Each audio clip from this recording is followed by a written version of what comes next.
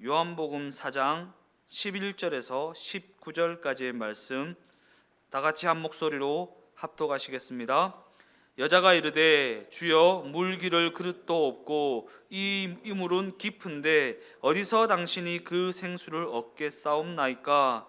우리 조상 야곱이 이 우물을 우리에게 주셨고 또 여기서 자기와 자기 아들들과 짐승이 다 마셨는데 당신이 야곱보다 더 크니까? 예수께서 대답하여 이르시되 이 물을 마시는 자마다 다시 목마르려니와 내가 주는 물을 마시는 자는 영원히 목마르지 아니하리니 내가 주는 물은 그 속에서 영성하도록 솟아나는 샘물이 되리라. 여자가 이르되 주여 그런 물을 내게 주사 목마르지도 않고 또 여기 물 기르러 오지도 않게 하옵소서. 이르시되 가서 내 남편을 불러오라. 여자가 대답하여 이르되 나는 남편이 없나이다. 예수께서 이르시되 네가 남편이 없다 하는 말이 옳도다. 너에게 남편 5이 있었고 지금 있는 자도 내 남편이 아니니 내 말이 참되도다. 여자가 이르되 주여 내가 보니 선지자로소이다. 아멘.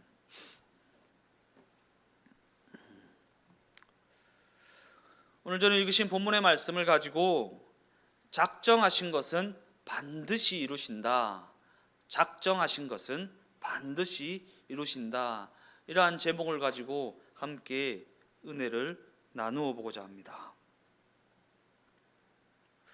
오늘 본문은 예수님이 한 심령 가운데 찾아오실 때 어떤 일이 벌어지는지를 보여주고 있는 장면입니다. 더 나아가 예수님이 그에게 어떠한 질문을 던지셨는지, 또한 우리 인간은 예수님의 그 질문에 대해 어떠한 반응을 보이고 있는지 오늘 본문은 그 모습을 묘사하고 있다라는 것입니다. 이러한 모습을 통해 사람이 믿는 자의 자리에 올 수 있게 되는 그 이유와 믿지 않는 자가 영적인 문제를 이해할 수 없는 그 이유가 드러나게 되는 것입니다. 그런 관점에서 볼 때 우리가 요한복음 4장 말씀을 통해 발견하게 되는 것은 무엇입니까?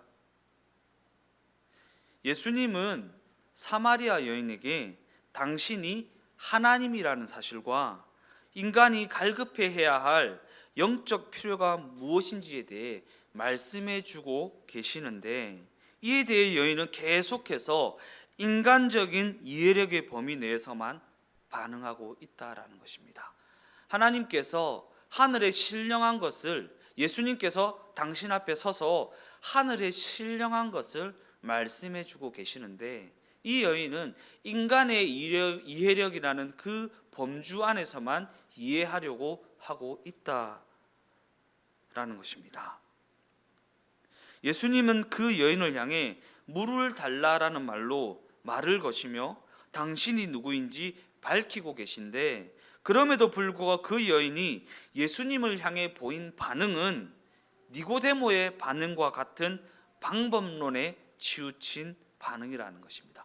방법론이요, 방법론.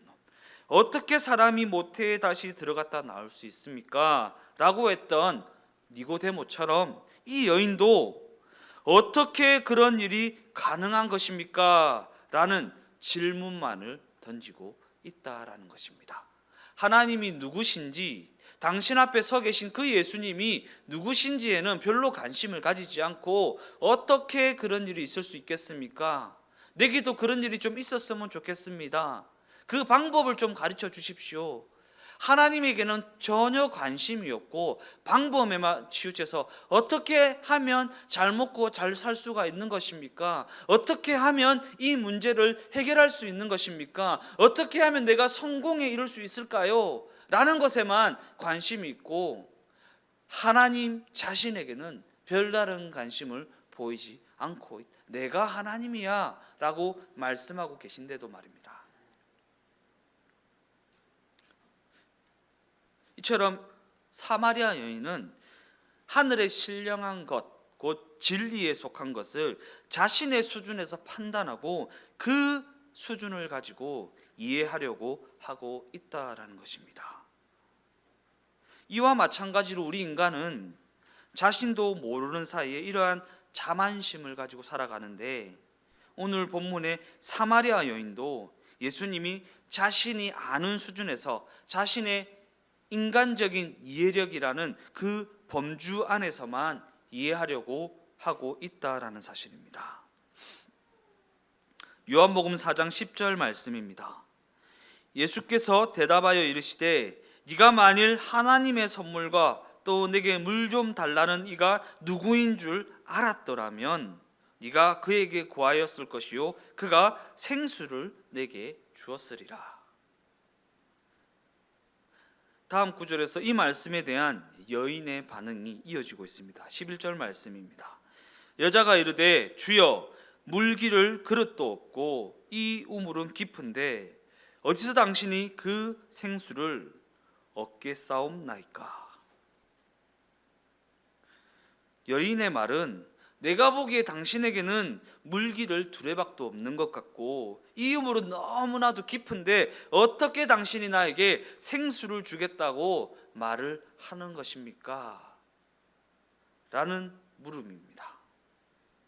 즉 이 여인은 예수님이 주시려는 그 생수가 우리가 흔히 마시는 물과는 전혀 완전히 다른 것임을 생각하지 못하고 있다라는 것입니다. 예수님이 당신에게 주려고 하는 것이 무엇인지 전혀 알지 못하고 있다라는 것입니다.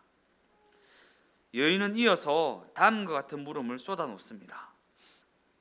12절 말씀입니다. 우리 조상 야곱이 이 우물을 우리에게 주셨고 또 여기서 자기와 자기 아들들과 짐승이 다 마셨는데 당신이 과연 야곱보다 더 크니까? 이 여인은 자신의 조상 야곱을 가장 큰 사람으로 여기고 있습니다. 그러한 관점에서 이 여인의 말에는 당신이 과연 우리 조상 야곱보다 더 큰 사람입니까? 과연 그러하다면 내가 관심을 한번 가져보겠습니다 라는 뜻이 담겨져 있습니다. 당신이 과연, 이 말은 내가 알고 있는 이 방법보다 당신이 더 위대한 방법을 가지고 계십니까? 내가 알고 있는 이 지식보다 당신이 더 위대한 지식을 가지고 있습니까? 내가 알고 있는 이 능력보다 당신이 더 큰 능력을 가지고 있습니까? 당신이 과연 누구신데 과연 야곱보다 더 큽니까? 내가 알고 있는 지식, 방법보다 더 위대하십니까? 라는 물음이라는 것입니다. 이처럼 우리는 하나님에 대해 떠올릴 때도 인간의 이력을 동원하려는 경향이 있다는 것이고, 더 나아가 우리는 하나님에 대해 이야기를 할 때에도 세상적인 지식을 근거로 해서 묘사하려 한다라는 것입니다. 세상적인 지식을 근거로 해서.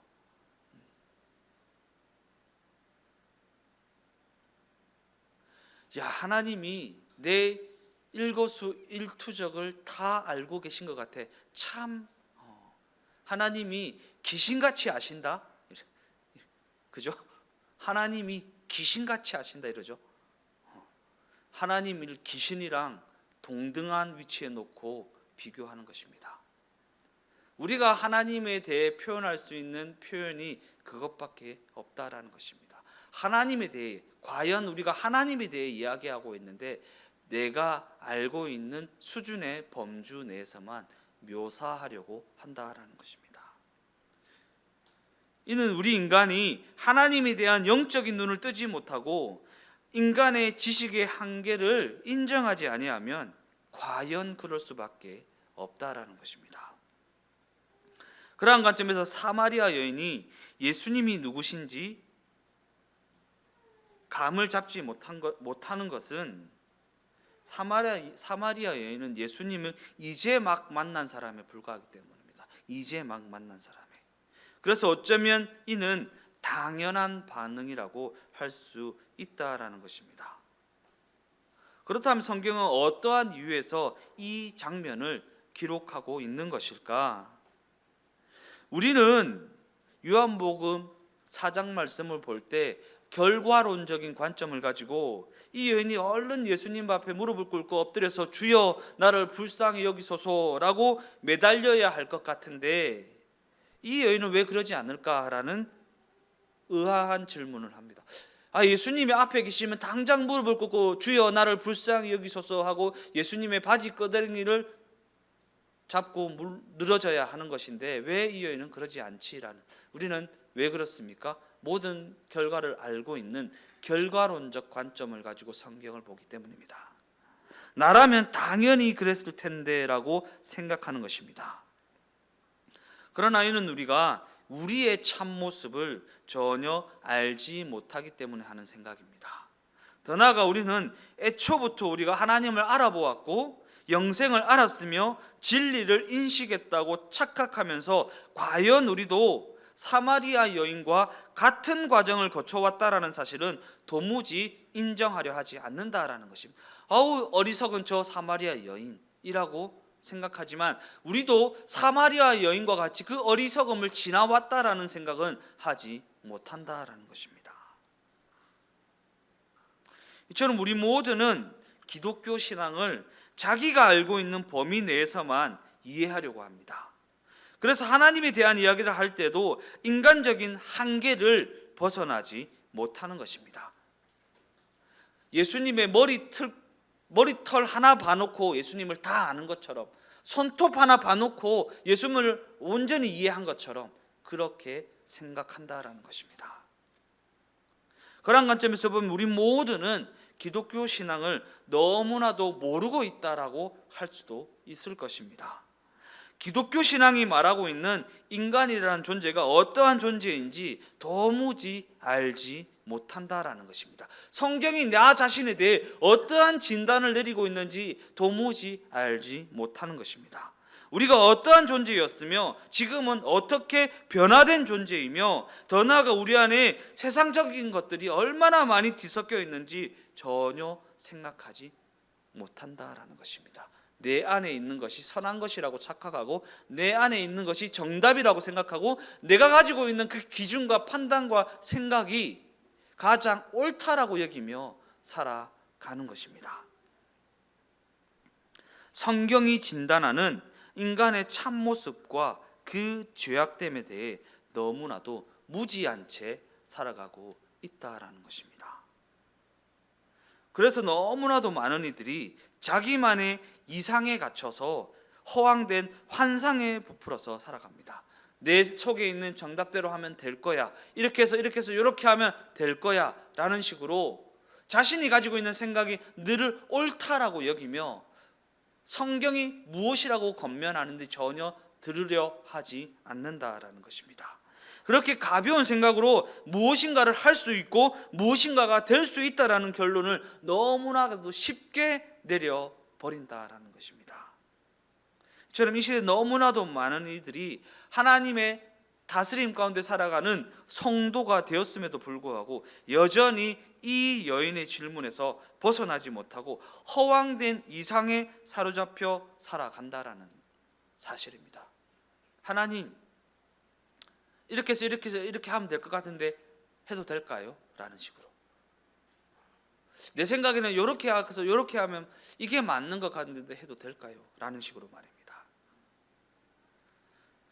그러나 요한복음 4장 13절에서 14절까지의 말씀은 이렇게 기록하고 있습니다. 예수께서 대답하여 이르시되 이 물을 마시는 자마다 다시 목마르려니와 내가 주는 물을 마시는 자는 영원히 목마르지 아니하리니 내가 주는 물은 그 속에서 영생하도록 솟아나는 샘물이 되리라. 이는 당신이 야곱보다 더 큽니까? 라고 묻는 사마리아 여인의 질문에 대한 예수님의 답변입니다. 당신이 내가 알고 있는 이 방법보다 더 탁월합니까? 라는 질문에 대한 예수님의 답변입니다. 이 물을 마시는 자마다 다시 목마르려니와 다시 목마르. 우리가 너무 많이 경험하는 것 아닙니까? 내 인간적인 생각을 가지고 결단하고 판단하고 결정하고 나아갔을 때 말짱 도루묵이 되잖아요. 결국에는 원위치가 되잖아요. 결국에는 원점에서 다시 시작하게 되잖아요. 성경의 말을 무시하고 내 생각대로, 내 판단대로, 내 욕심대로 일을 진행했을 때 결국에는 원점으로 다시 돌아오게 되더라는 것을 우리가 계속해서 경험하게 되지 않습니까? 당신이 내가 알고 있는 이 방법보다 더 탁월합니까? 예수님께서 이 물을 마시는 자마다 다시 목마르려니와 내가 주는 물을 마시는 자는 영원히 목마르지 아니하리니. 예수님의 이 답변에 여인은 주여 그러한 물이라면 제게도 주시옵소서 라고 말합니다. 그런데 여기서 우리가 살펴보아야 할 부분이 이 여인이 예수님께 물을 달라라고 말한 근본적인 이유가 무엇이냐라는 것입니다. 예수님께서 말씀하시는 이 말씀을 진짜 이해해서 그 물을 내게 주십시오 한 것이냐라는 것입니다. 다음 구절을 보겠습니다. 요한복음 4장 15절 말씀입니다. 여자가 이르되 주여 그런 물을 내게 주사 목마르지도 않고 또 여기 물 기르러 오지도 않게 하옵소서.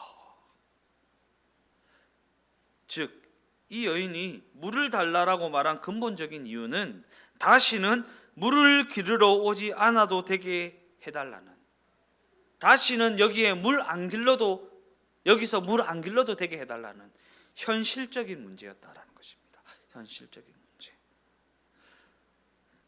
그리고 우리는 이 여인의 말에서 대부분의 사람들이 예수님을 처음 믿을 때의 모습을 발견하게 됩니다. 대부분의 사람들이 예수님을 처음 믿을 때의 모습.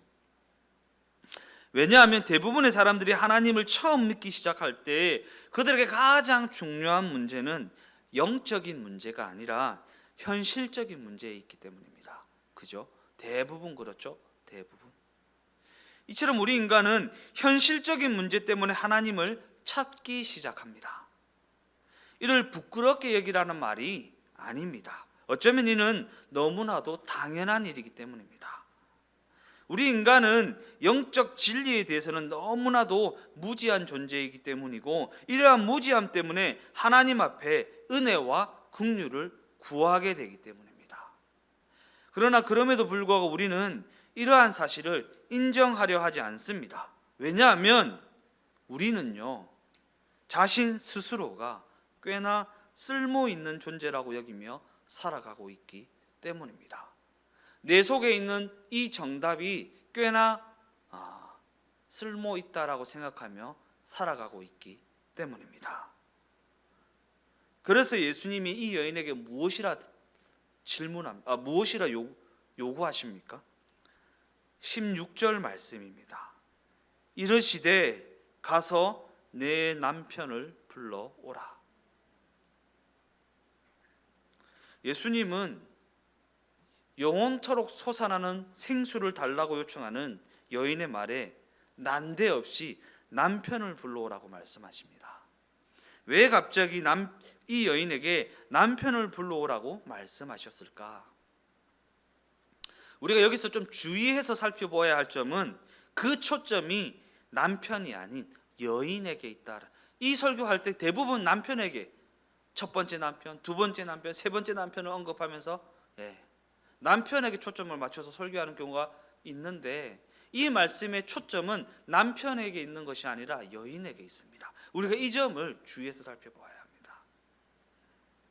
여기서 남편 이야기를 꺼내시는 것은 여인으로 하여금 자신의 결핍을 보게 하셔서 은혜를 구하게 하기 위함이고 그를 통해 자신의 죄를 깨닫게 하기 위함이라는 것입니다.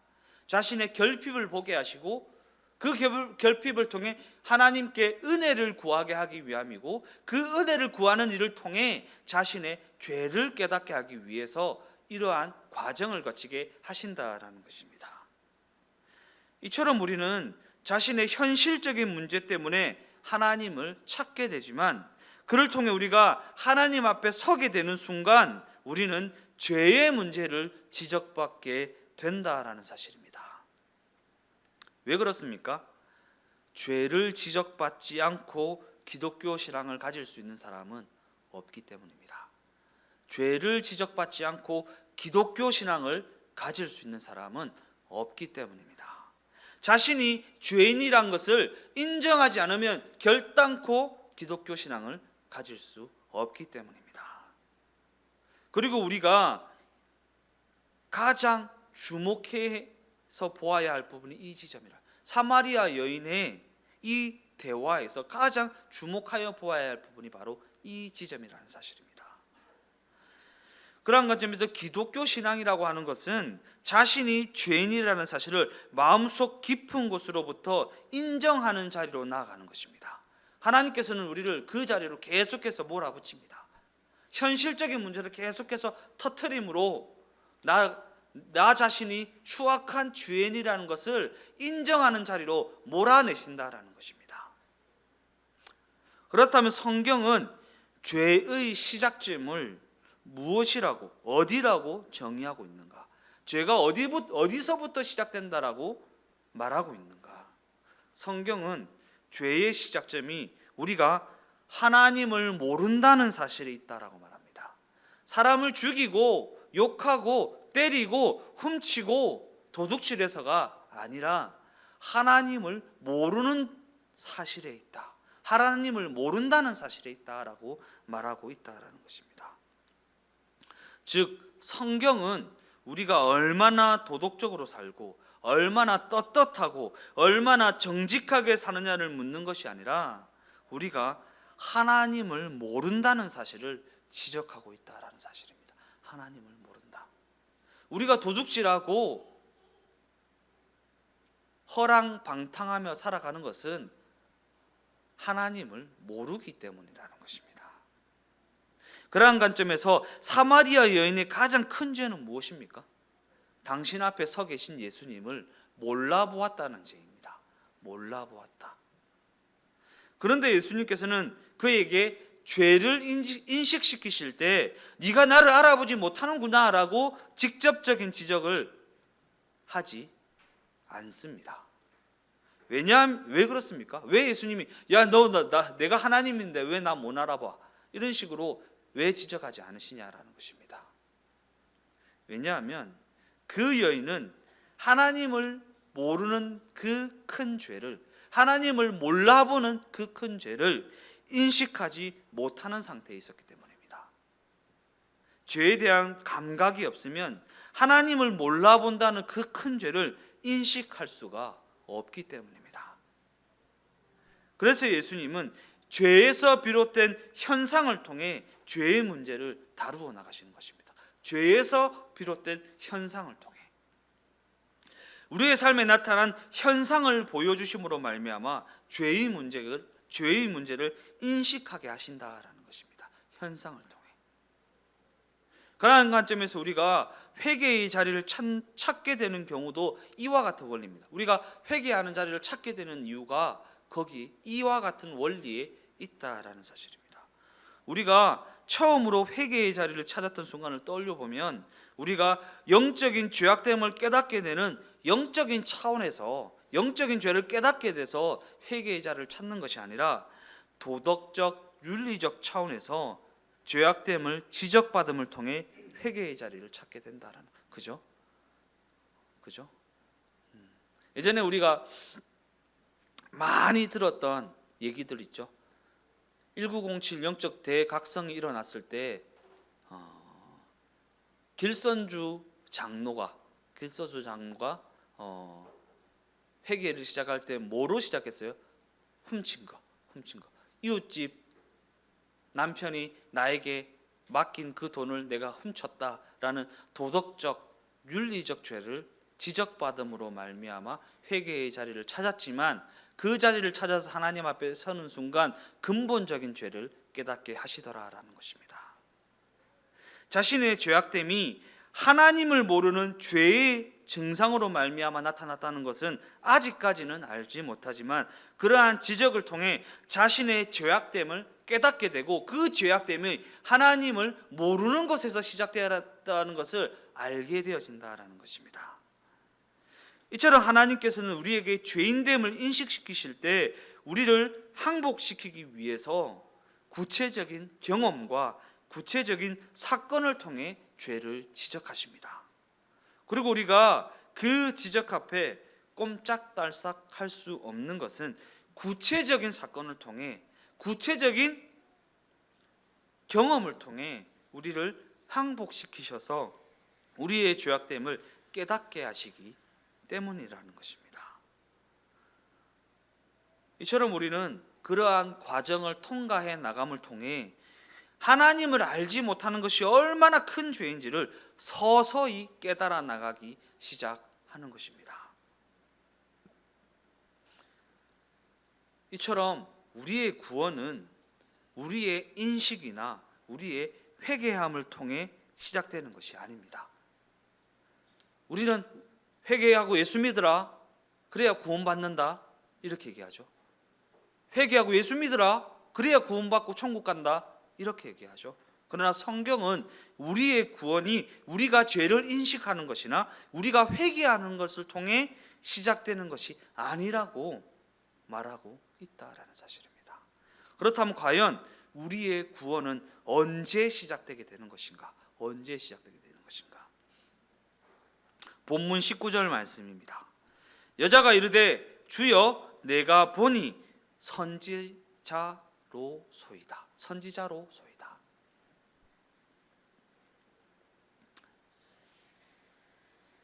여전히 이 여인은 하나님이신 예수님을 알아보지 못하고 있습니다. 그죠? 선지자로소이다. 그러나 그럼에도 불구하고 이 여인이 이러한 말을 하는 것을 보면 선지자인 것 같은데? 라는 말을 하는 것 보면 자기 앞에 계신 예수님의 말씀에서 뭔가 모를 영적인 무게를 느끼고 있다는 것을 알 수 있습니다. 그죠? 뭔가 영적인 무게를 느끼게 되니까 선지자 같은데? 라고 말하는 것입니다. 아직도 여인은 예수님을 선지자로만 인식하고 있지만 그가 예수님을 처음 마주쳤을 때의 반응을 떠올려 보면 여인의 이러한 반응은 상당히 진전된 반응이라고 할 수 있습니다. 그죠? 여인이 처음 예수님을 만났을 때 당신은 유대인인데 어떻게 사마리아인인 나에게 말을 겁니까? 라는 반응을 보였잖아요. 그러한 반응을 떠올려 보면 선지자 같은데? 당신 진짜 선지자 같은데요? 라는 이러한 반응은 굉장히 진전된 반응이라고 할 수 있습니다. 그렇다면 이때가, 예수님을 선지자로 알아본 이때가 이 여인이 구원받은 시점이라고 할 수 있는 것인가? 그렇지 않습니다. 왜냐하면 하나님의 관점에서 이 여인의 구원을 받은 때는 예수님이 찾아오신 그때이기 때문입니다. 예수님이 그 여인을 찾아오신 그때에 이 여인은 이미 구원을 받았기 때문입니다. 이미 이 여인의 구원이 이루어졌다라는 것입니다. 왜 그렇습니까? 예수님과 이 여인의 만남은 이미 창세전에 섭리되어 있던 일이기 때문입니다. 창세전에 섭리되어 있던 일. 그런 관점에서 조금 어려운 말이긴 하지만 여기서 우리는 창세전에 이미 예정된 구원이라는 말이 과연 어떠한 의미를 내포하고 있는 말인지 짚고 넘어가야 할 필요가 있습니다. 창세전에 이미 예정된 구원. 내가 얼마 전에 예수님을 믿는다고 고백했는데 내 구원이 창세전에 예정되어 있다고? 라는 질문 스스로에게 한 번씩은 해보았을 것입니다. 이미 창세전에 예정된 구원이란 말은 하나님이 하시고자 작정하신 일은 결코 실패하지 않는다라는 의미입니다. 오늘 제목이 무엇입니까? 작정하신 것은 반드시 이루신다. 하나님이 작정하신 것은 반드시 이루신다. 그러기에 하나님이 창세전에 하시고자 작정하신 일은 결단코 실패하지 않는다라는 말이 창세전에 이미 예정된 구원이라는 말 속에 내포되어 있다라는 것입니다. 그리고 성경은 이 말을 하나님은 전능하시다라는 말로 표현합니다. 하나님은 전능하시다. 그보다 좋은 표현을 찾아보시면 하나님은 영원하시다라는 표현도 있습니다. 그리고 조금 더 고급진 표현을 찾아보면 하나님은 말씀이시다. 하나님은 말씀이시다. 우리 교회 표, 하나님이 말씀으로 동행하시는 교회. 오늘 우리 찬양했죠? 난 예수로 충만하네. 내 삶에 예수로 충만하다는 것은 말씀이신 하나님으로 충만하다라는 것입니다. 여기서 하나님은 말씀이시다라는 표현은 하나님의 말씀은 반드시 성취된다라는 의미를 내포하고 있습니다. 그러한 관점에서 하나님이 천지 만물을 말씀으로 창조하셨다라는 것은 그 말씀이 천지 창조의 수단이라는 의미를 가지고 있는 것이 아니라 하나님이 계획하시고 하나님이 의도하신 일, 곧 하나님이 작정하신 일은 결코 중단되지 않는다라는 것입니다. 하나님이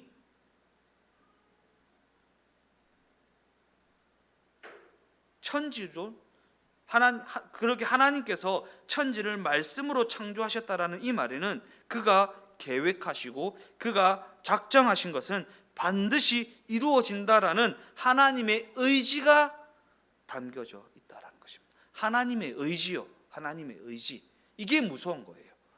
하나님의 의지가 담겨져 있다라는 게 무서운 것입니다. 하나님이 무엇을 의도하셨고 무엇을 계획하셨고 무엇을 작정하셨는지를 알면 항복합니다. 항복이요. 하나님이 하나님이 그 크신 의지를 가지고 계시다라는. 하나님께서 내가 너 꼭 구원할 거야 라고 의지를 가지고 계시면 허튼 짓 하지 마십시오. 결국에는 항복합니다. 그래서 창세전에 이미 예정된 구원이라는 것은 하나님께서 이 사람을 구원하시기 위한 의지를 가지고 계시다. 그리고 하나님이 의지를 가지고 계획하시고 작정하신 것은 반드시 이루어진다. 그러니까 허튼 짓 하지 마. 고집 그만 부려. 라는 암묵적인 성경의 협박이라고 할 수 있습니다. 하나님이 의지를 가지고 계신데, 하나님이 의지를 가지고 계획하고 계신데, 하나님이 의지를 가지고 작정하고 계신데 고집을 피운다고? 고집 한번 부려봐. 얼마든지 부려봐.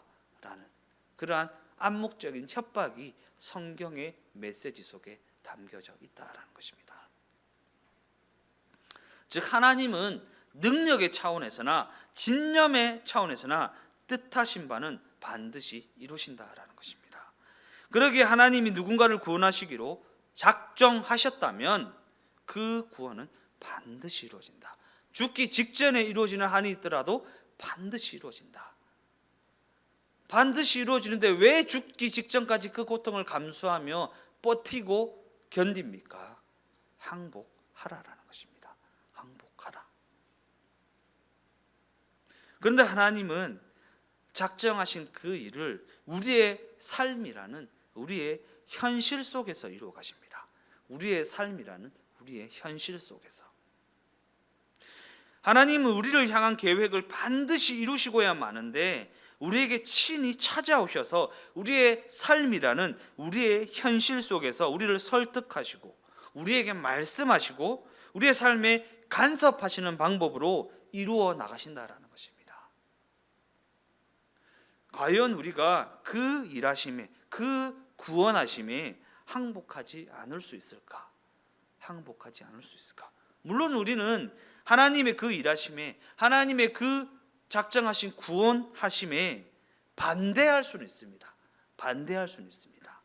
그런데 우리가 그 일하심에, 그 구원하심에 반대할 수 있다는 것과 우리가 그 일하심에서 그 구원하심에서 배제될 수 있다는 것은 전혀 다른 이야기입니다. 하나님이 배제를 시키실 수는 있지만 하나님이 작정하신 것을 포기시킬 수는 없다는 것입니다.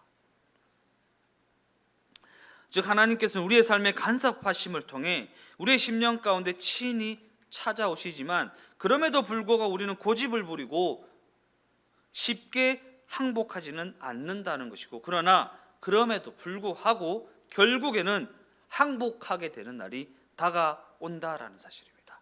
이게 성경의 증언입니다. 그래서 주변에 항복하지 않고 고집을 피우는 자를 보면 안타까운 것입니다. 하나님의 의지를 알겠는데 안타까운 것입니다. 결론적으로 말씀을 마무리하겠습니다.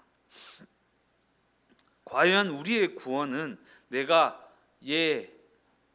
믿겠습니다라고 고백한 때부터인가, 아니면 영원전부터 시작된 것인가? 사마리아 여인의 경우를 보며 생각해 보면 그 여인은 이미 영원전부터 구원을 얻은 자인데 우물가에서 예수님을 만나는 그 순간을 통해 오늘부터 믿겠습니다라고 항복하게 된 것입니다. 그죠? 이를 통해 성경이 전달하고자 하는 것이 무엇인가? 성경이 이 이야기를 통해 우리에게 무엇을 말하고자 하는 것인가? 믿겠습니다라고 항복하는 것이 구원의 조건이 되는 것이 아니라는 것입니다. 구원의 조건이 되는 것이 아니다. 우리는 너무나도 쉽게 예수 믿는다고 빨리 말하십시오, 그래야 구원받습니다, 그래야 천국 갑니다, 이렇게 배워왔죠. 아니요. 우리의 구원은 창세전에 하나님의 의지 가운데 담겨져 있다라는 것입니다. 그래서 구원을 하나님의 은혜이고 하나님의 선물이고 하나님의 사랑의 결과물이라고 표현한 이유가 바로 여기에 있는 것입니다. 내가 어느 날 갑자기 회개하고 예수님을 믿기로 결심하게 된 것은 사실이지만 구원을 그러한 결심을 통해 얻었다고 생각하는 것은 너무나도 모렴치한 생각이라는 것입니다. 왜냐하면 우리가 회개하고 우리가 믿게 된 것은 하나님이 우리를 향해 작정하신 그 계획을 이루어 나가시는 과정 가운데 우리에게 간섭하시고 우리에게 은혜를 베푸셔서 생긴 결과물에 불과합니다. 우리의 믿는 것, 우리가 믿겠다라고 선언한 것, 우리가 회개하게 된 것은 하나님께서 간섭하시고 하나님께서 은혜를 베푸셔서 생긴 결과물에 불과하다라는 것입니다. 하는 수 없이 믿기로 항복했으면서, 하는 수 없이 두 손 들고 믿기로 항복했으면서, 마치 하나님은 나를 거들떠 보지도 않으셨는데 내가 찾아가서 문을 두드리고 받아달라고 삼고초려라도 한 것처럼 생각하는 것. 내가 믿은 거야. 내가 믿은 거야. 그러나 우리가 회개하는 것은, 우리가 예수님을 믿게 된 것은 모두가 다 하나님이 우리를 이 자리까지 이끌어 오셔서 우리의 죄를 직시하게 하신 그 은혜로 말미암아 생겨난 결과물에 불과하다라는 것입니다. 오늘 본문에 기록된 사마리아 여인의 이야기에 이 사실이 명백하게 드러나 있습니다. 우리가 과거에 어떠했는지와는 전혀 상관없이 그저 은혜를 베푸셨다는 사실 말입니다. 그 피곤한 와중에도 여인을 찾아오셔서 말도 안 되는 그 원망과 불평을 끊임없이 들어주시고 끝까지 인내하셔서 결국 이 여인을 항복하게 만드신 하나님의 그 일하심이 지금 우리를 이 자리에 있게 했다는 이야기를 하고 있는 것입니다. 우리가 하나님의 그 큰 사랑과 하나님의 그 큰 은혜를 입어 이 자리에 오게 되었다는 사실을 늘 기억하며 늘 감사가 넘치는 삶이 되시기를 예수님의 이름으로 축원드립니다.